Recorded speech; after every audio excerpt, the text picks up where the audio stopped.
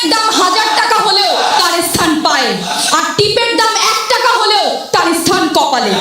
ইতিহাস সাক্ষী, লবণে কখনো পোকা ধরেনি, কিন্তু মিষ্টিতে প্রতিদিনই ধরে, আবার পিঁপড়াও ছাড়ে না। মানুষ সোজা পথে চলতে চায় না, বাঁকা পথেই আগ্রহ বেশি।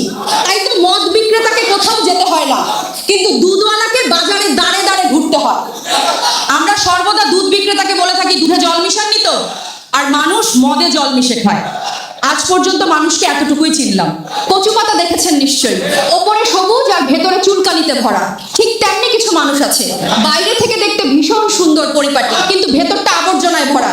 সাপ দুধ খেয়ে বিষ উগড়ে দেয়, আর গরু ঘাস খেয়েও দুধ দেয়। সুতরাং দোষটা খাবারের নয়, পার্থক্যটা স্বভাবের কাছে। নিজের যোগ্যতা নিয়ে কখনো অহংকার করবেন না। মনে রাখবেন, পাথর কিন্তু নিজের ওজনের জন্যই জলে ডুবে যায়। যারা, কি আজব দুনিয়া জানেন? যার চোখে ঘুম আসে তার কাছে ভালো বিছানা নেই, আর যার কাছে ভালো বিছানা আছে তার চোখে ঘুম নেই। যার মনে দয়া আছে তার কাছে দেওয়ার মতো কিচ্ছু নেই, আর যার কাছে দেওয়ার